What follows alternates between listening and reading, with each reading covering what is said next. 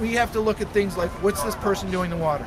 Are they making progress, forward progress, or are they treading water? Forward progress is somebody who's a competent swimmer, they're doing okay. If their head's above water and they're maintaining their head above water and they can talk to you, that's somebody who's distressed, but they're not real big trouble yet. They could get there, but right now they're not in big trouble. Somebody who can talk to you and follow directions, you might say, yeah, I got a leg up, but as long as they can follow directions, you can extend some of them. You can throw a throwable Category 4 PFD at them. Try to, just nose in, get them off the course if you need to, and then get off the course and out of the way.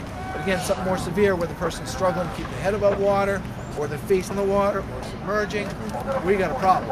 And that's somewhere where you're getting in there, we've been saying, hey, this guy, it looks like he's drowning, I think we need to maybe stop the race or something. So that's definitely a call, and these are some of the guidelines. We're working on updating our manuals to reflect, guy who's swimming, guy who's treading water, guy who's sinking, those sorts of things. We've had people get thrown out of the boat for some reason or another, and they just swam in the shore. They're thrown out of the boat, and I guess the rules are, as long as he crosses the line with his crew, I can't remember what the rule was, but this guy, he swam to the shore, caught a ride from a state police officer, down in the finish, and met his guys at the end. They did crazy stuff. And apparently, again, I'm not a rower myself, but apparently that when they're cranking along, if their oar catches a crab, I guess they call it, that can throw them out of the boat. An ejector crab, it's called. Yep, ejector crab. And where's that oar going? It's going to catch you in the chest. What kind of internal injuries could someone get from that? So maybe. We want to think about those things. Somebody in the water, we have to think about shock, hypothermia, internal injuries. We had a first year I ever did this, front seat 4 hit that button right there. So she took the deck right in her abdomen. She had some pretty severe internal injuries. Probably one of the most severe injuries we've seen. And so we have to think a little bit about it. Well, they seem to be okay, but let's think about ending with the 8s and the 4s. You might focus on, well, this person's okay, but how the other crew doing? We've had instances where, gosh, one person's okay, but the other one's having an asthma attack or something like that. So try to keep an eye on everybody, the whole situation.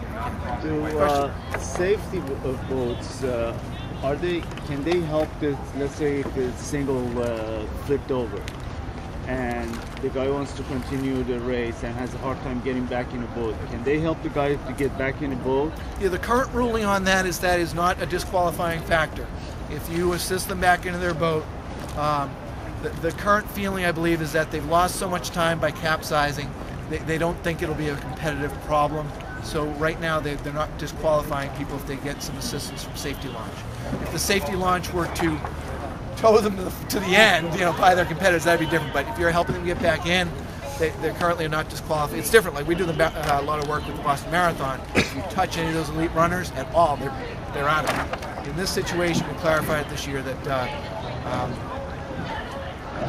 if there's no penalty, right.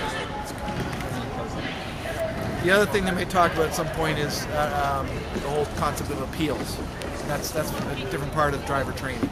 So I'm not going to cover it. So if an 8 for some reason has trouble but stops in the water, do you just direct the other boats around them? Or? Yeah, we want to try to get them off the course, and if necessary, direct the other boats around them. Yes, the umpires are all on the course. They are every like 500 yards or something like that. So they're pretty good. They all have megaphones, and they sometimes will help out with that as well.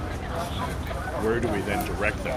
What? If somebody's broken down, where do we then direct them? Off to the Well, initially off the course. Racing lanes. Yeah. Generally it's the Cambridge side, because the Cambridge. If you look at how the course is set up, we have the course runs through the middle, and the Boston side is the return lane. Right. So in the return lane, if you put them over there, they're going to get run over by, especially here. This is the blind curve.